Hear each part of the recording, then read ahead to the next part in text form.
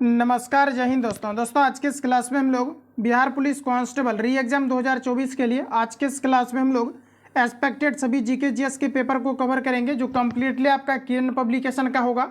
और साथियों अगर देखेंगे तो इस बार क्या है कि वैकेंसी जो आपको दिया गया 21,391 आपका, ये काफ़ी बड़ी संख्या में वैकेंसी है। अगर आप इस वैकेंसी में सिलेक्ट नहीं हो पाते या एग्जाम को क्वालिफाई नहीं कर पाते हैं तो आप देखेंगे तो इसके बाद आपका क्या है कि कभी भी इतनी बड़ी संख्याओं में आपको जो है वैकेंसी आपको देखने को नहीं मिलेगा। और आपको जैसा कि पता है कि इलेक्शन को लेकर के इस वैकेंसी को रिलीज किया गया और एग्जाम डेट भी आपका दिया गया है, तो इसमें आप सीरियस रूप से जो है लग जाइए। और इसके अलावा मैं आपको एक छोटा सा इन्फॉर्मेशन दे दूं कि ज्ञान बिंदु जीएस एकेडमी को लेकर के काफ़ी ज़्यादा आपका डिमांड रहता है। तो दोस्तों आपको 99 रुपीज़ में आप देखिएगा तो सिर्फ आपको 99 रुपया में आप ज्ञान बिंदु जीएस एकेडमी का जो 999 का कोर्स है ये बिल्कुल आप 99 रुपये में पूरा इसको कंप्लीट कर सकते हैं। कैसे आपको कंप्लीट करना है तो सारी चीज़ों के बारे में आपको जो है कंप्लीट आप पहले समझ लीजिए कि क्या क्या चीज़ें आपको करना है। तो देखिए ये जो आपका यहाँ पर देख पा रहे हैं कि कोर्स है ये आपका कंप्लीटली आपका बिहार पुलिस कांस्टेबल के लिए फुल आपका कोर्स है जिसमें कि A to Z आपका चीज़ें आपका क्लियर कराए जा रहे हैं। यही कोर्स अगर आप एप्लीकेशन पर जाकर के अगर खरीदते हैं तो आपको 999 रुपये आपका लग जाएगा।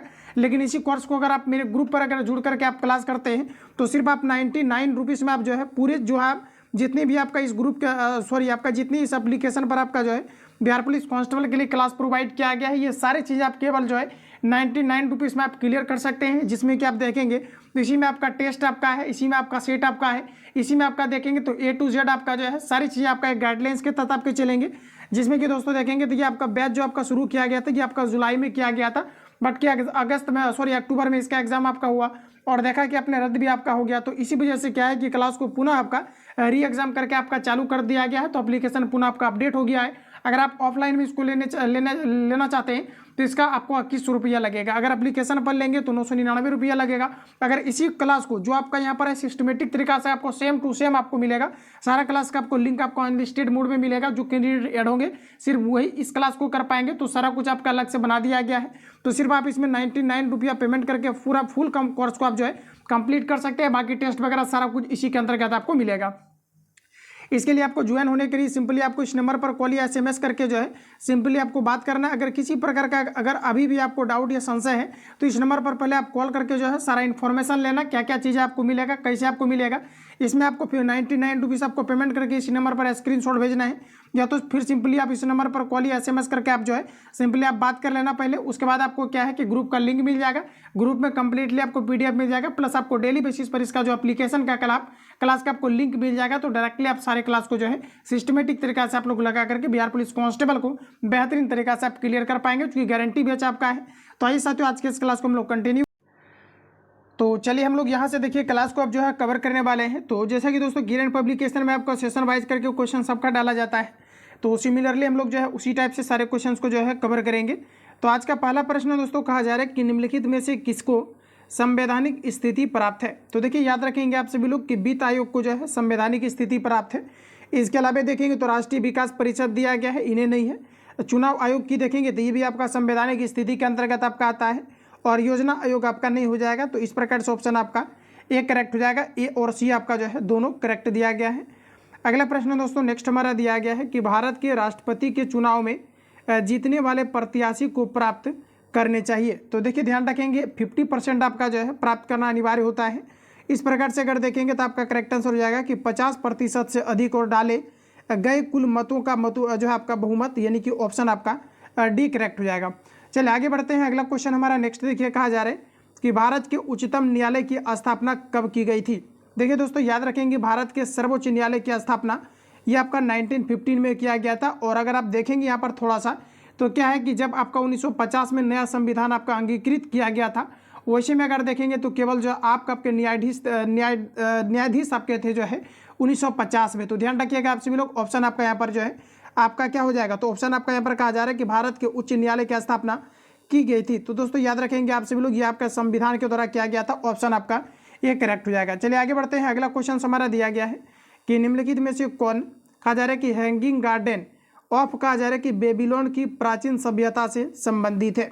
तो दोस्तों याद रखेंगे आप सभी लोग, आपका करेक्ट आंसर हो जाएगा मेसोपोटामिया, बी हमारा जो है करेक्ट हो जाएगा।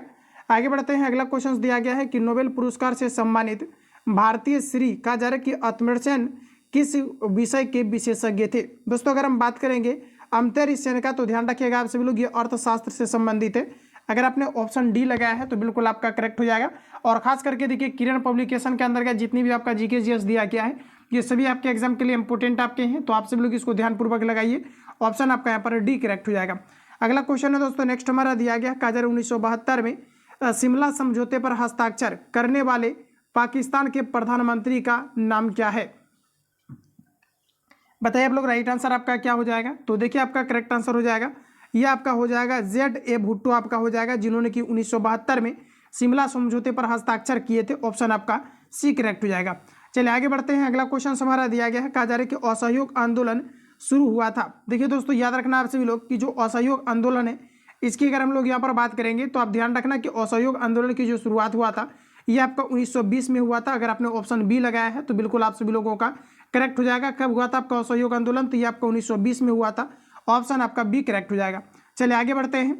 अगला क्वेश्चन है साथियों नेक्स्ट हमारा देखिए कहा जा रहा है, प्रश्न में आपको यहाँ पर दिया गया है, कहा जा रहा है कि जब 1856 में डलहौजी ने अवध पर कब्जा किया तब कहा जा रहा है कि नवाब कौन था, ये आपको पूछा जा रहा है। तो ध्यान रखिएगा उस समय अगर हम देखेंगे तो वाजिद अली खान जो है, अली शाह जो है नवाब थे। ऑप्शन आपका बी करेक्ट हो जाएगा।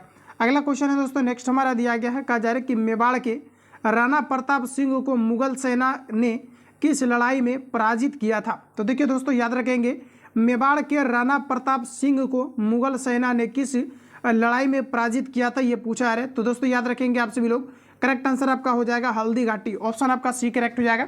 अगर साथियों पूछा जाता है कि हल्दी घाटी का जो युद्ध है आपका कब लड़ा गया था, तो ध्यान रखेंगे 1576 में आपका हल्दी घाटी का युद्ध लड़ा गया था। ये काफ़ी ज़्यादा इंपॉर्टेंट है, तो याद रखेंगे। इसके अलावा अगर हम बात करेंगे पानीपत का प्रथम युद्ध आपका कब लड़ा गया था, तो ये 1526 में लड़ा गया था। तो इन सभी पॉइंट को आप लोग यहाँ से याद रखेंगे। ऑप्शन आपका सी करेक्ट हो जाएगा। चलिए आगे बढ़ते हैं। अगला क्वेश्चन हमारा दिया गया है, कहा जा रहा है कि जून के महीने में मानसून का फटना वर्षा कहलाता है। देखिए कहा जा रहा है कि जून के महीने में मानसून का फटना वर्षा लाता है। बताइए आप लोग राइट आंसर क्या हो जाएगा? तो दोस्तों आपका करेक्ट आंसर हो जाएगा केरल और तमिलनाडु के दक्षिणी तट में वर्षा लाता है। ऑप्शन आपका बी करेक्ट हो जाएगा। ठीक है, ध्यान रखेंगे आप सभी लोग। चलिए आगे बढ़ते हैं। अगला क्वेश्चन हमारा नेक्स्ट में कहा जा रहा है कि हिमालय में 3600 मीटर से ऊपर एक विशिष्ट प्राकृतिक वनस्पति है। बताइए आप लोग राइट आंसर क्या हो जाएगा?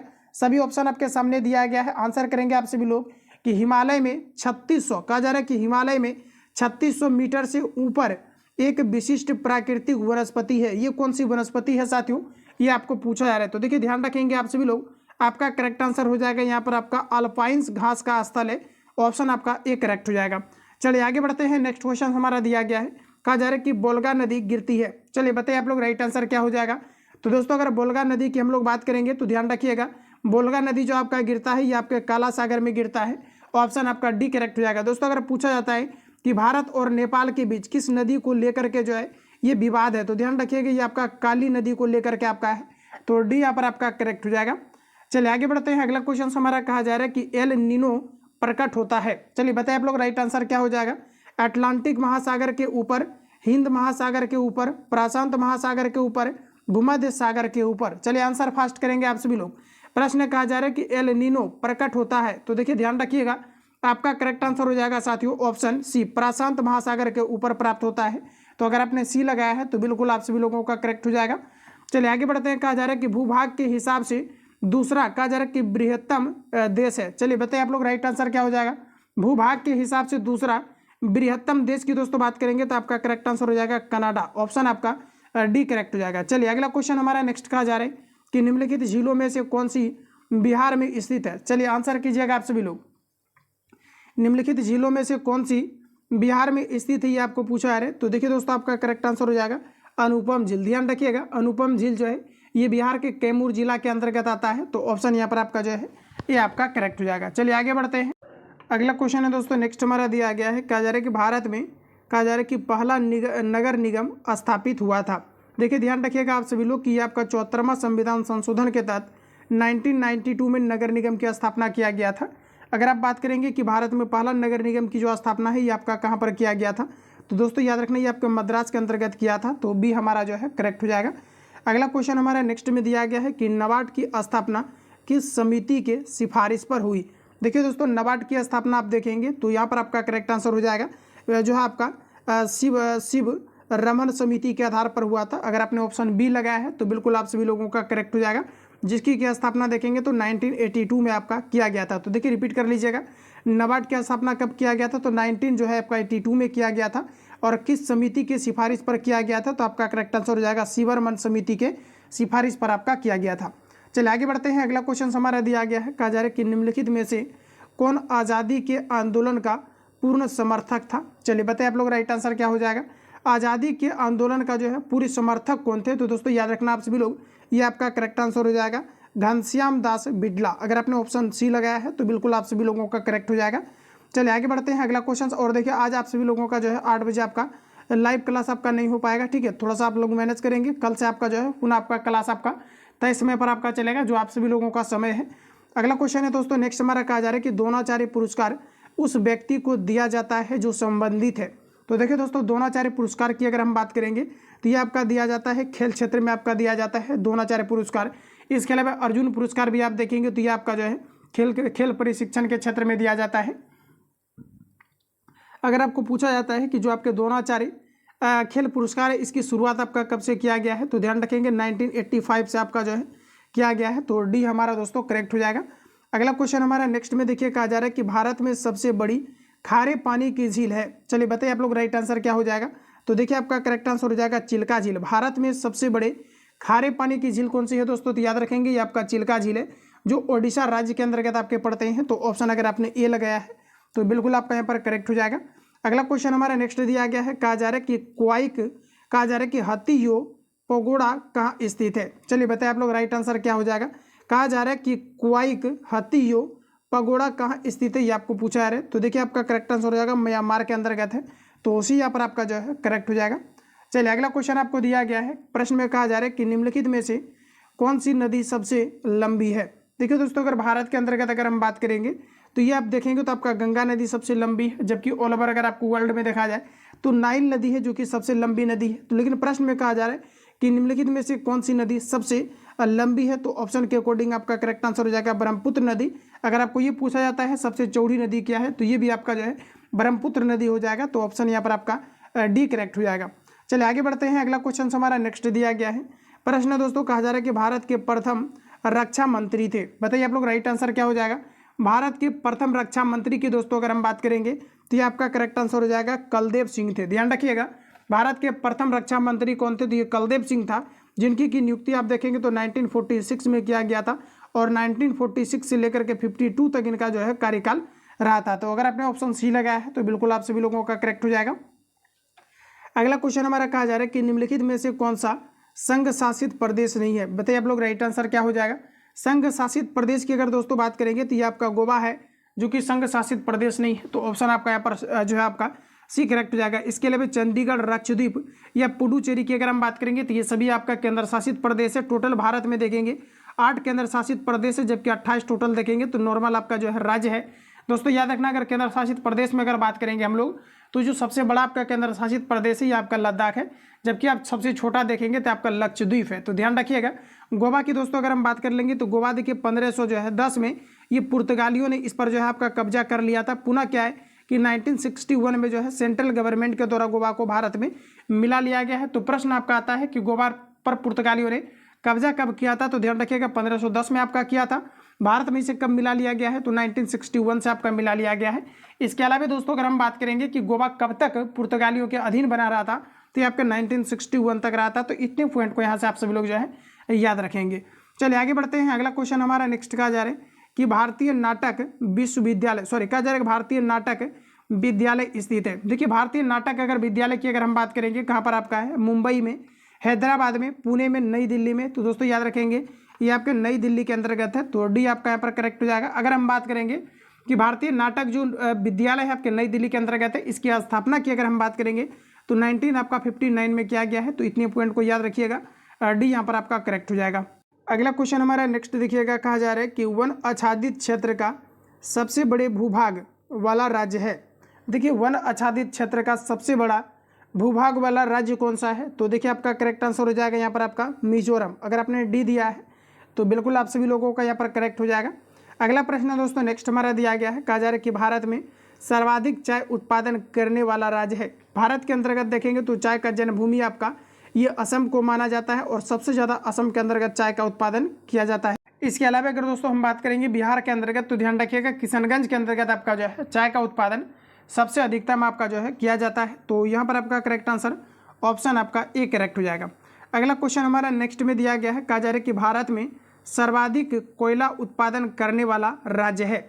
देखिए भारत में सर्वाधिक कोयला उत्पादन करने वाला राज्य कौन सा है, तो आपका करेक्ट आंसर हो जाएगा झारखंड है। झारखंड के झरिया क्षेत्र में कोयला का सबसे ज़्यादा उत्पादन किया जाता है, जबकि अभ्रक की बात करेंगे तो ये कोडरमा के अंतर्गत किया जाता है झारखंड के अंतर्गत। यूरेनियम की दोस्तों अगर हम बात करेंगे तो ये झारखंड के अंतर्गत जो है आपका सिंहभूम नामक स्थान जो कि जादूगोड़ा के अंतर्गत पड़ता है, तो यहाँ पर आपका यूरेनियम का उत्पादन सबसे ज़्यादा किया जाता है। तो ऑप्शन आपका डी करेक्ट हो जाएगा, कोयला के उत्पादन सबसे ज़्यादा झारखंड के अंतर्गत आपका किया जाता है। अगला क्वेश्चन हमारा नेक्स्ट दिखिएगा, कहा जा रहा है कि किस वर्ष अशोक ने कलिंग की लड़ाई लड़ी थी। देखिए अशोक ने कलिंग की जो लड़ाई लड़ा था ये आपका 261 ईसा पूर्व लड़ा था। ऑप्शन आपका बी करेक्ट हो जाएगा। इन सभी क्वेश्चंस को एक से दो बार आपको रिपीट करना है। प्रश्न में बोला जा रहा था कि किस वर्ष अशोक ने कलिंग की लड़ाई लड़ी थी, तो साथियों याद रखना 261 ईसा पूर्व लड़ा था, तो बी हमारा करेक्ट हो जाएगा। आगे बढ़ते हैं। नेक्स्ट क्वेश्चन हमारा कहा जा रहा है कि राज्यसभा की अधिकतम सदस्य संख्या समिति है। देखिए राज्यसभा की अधिकतम सदस्य संख्या सीमित है। दोस्तों याद रखना राज्यसभा में अधिकतम जो है आपका सीटों की संख्या 250 है। ऑप्शन आपका ए करेक्ट हो जाएगा। अगर देखिएगा तो बिहार में आपका क्या है कि राज्यसभा की टोटल सीटों की संख्या आपका 16 है, तो ध्यान रखेंगे ऑप्शन आपका बी करेक्ट हो जाएगा। अगला क्वेश्चन हमारा नेक्स्ट कहा जा रहा है कि स्वतंत्र भारत का पहला कहा जा रहा है कि छात्र आंदोलन कहाँ हुआ था। देखिए स्वतंत्र भारत का पहला जो छात्र आंदोलन हुआ था ये आपका 1955 में हुआ था। अगर दोस्तों बात करेंगे स्वतंत्र भारत का पहला आंदोलन कहाँ पर हुआ था, तो ये पटना में हुआ था।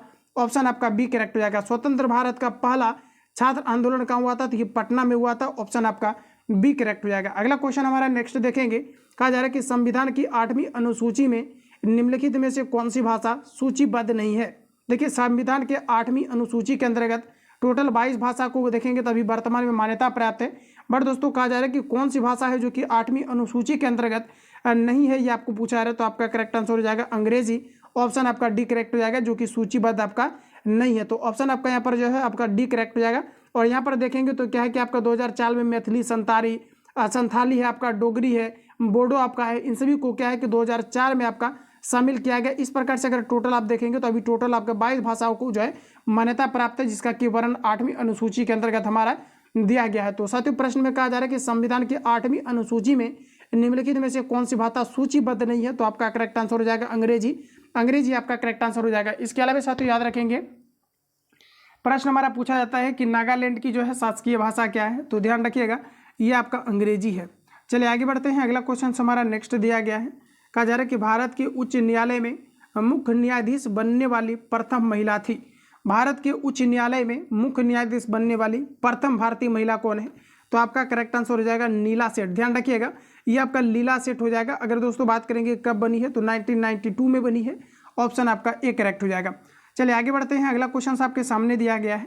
प्रश्न में कहा जा रहा है कि भारत भ्रमण पर आए हैंसांग ने किस नगर का विस्तृत विवरण अपने यात्रा वृत्तांतों में किया।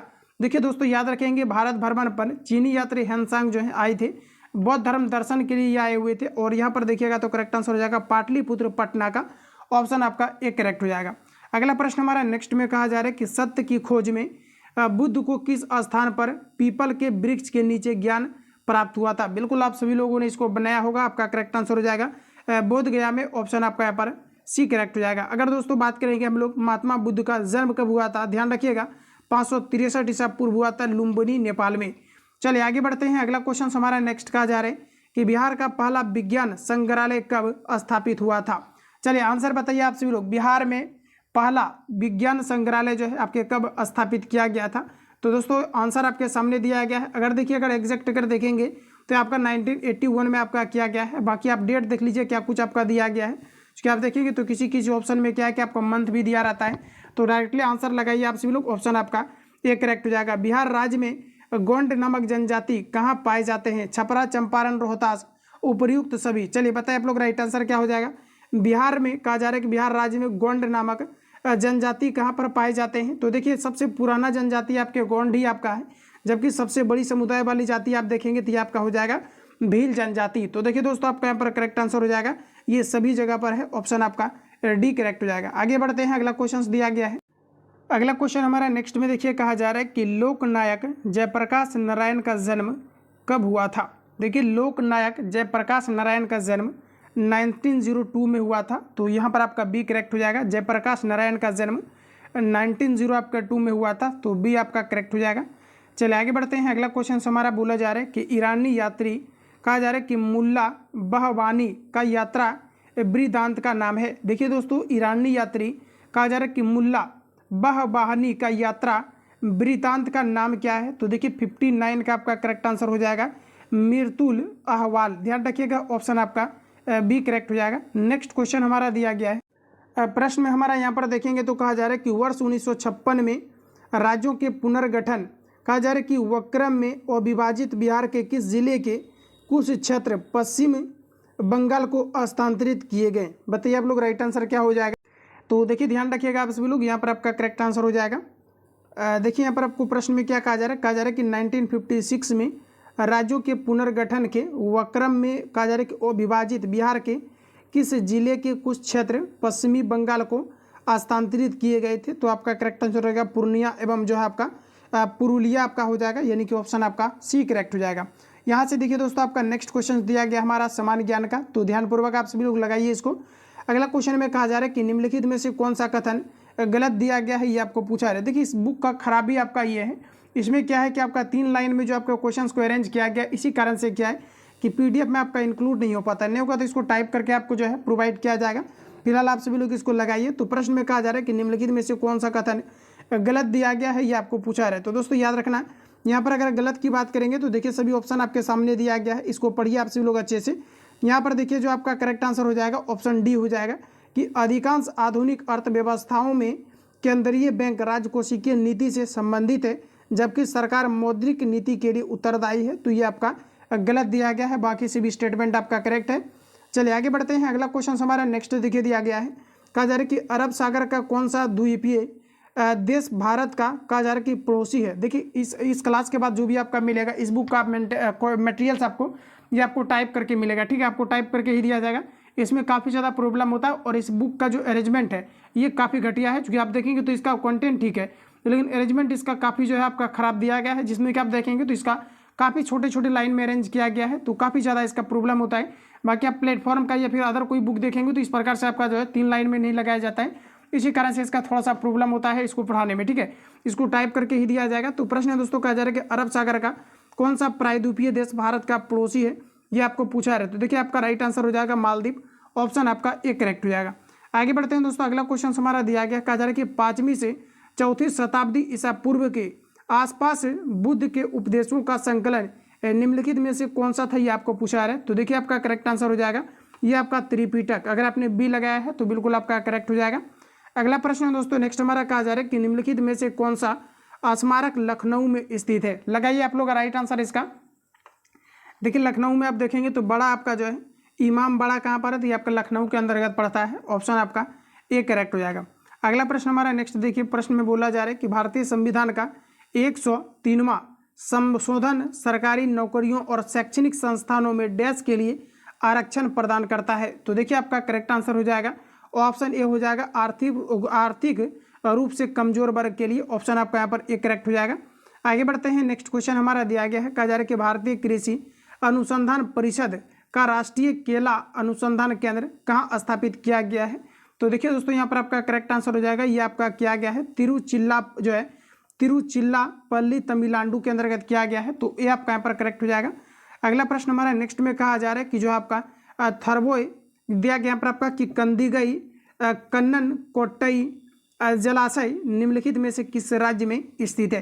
तो देखिए यहाँ पर आपका करेक्ट आंसर हो जाएगा ये आपका तमिलनाडु के अंतर्गत है, ऑप्शन यहाँ पर आपका दोस्तों बी करेक्ट हो जाएगा। तो फ्रेंड्स जितनी भी आपका जीएस का सेशन आपको दिया गया था कंप्लीट आपका हो चुका है, और अब के बाद जो भी आपका इसका जो है मटेरियल्स आपको मिलेगा ये क्वेश्चन आपको टाइप करके ही आपको मिलेगा। हालांकि आज मॉर्निंग में और अभी आपका जो है ये आपका 2 आपका सेट जो चलाया गया है आपका ये बुक वाला ही आपको चलाया गया है, टाइप करके नहीं चलाया गया है।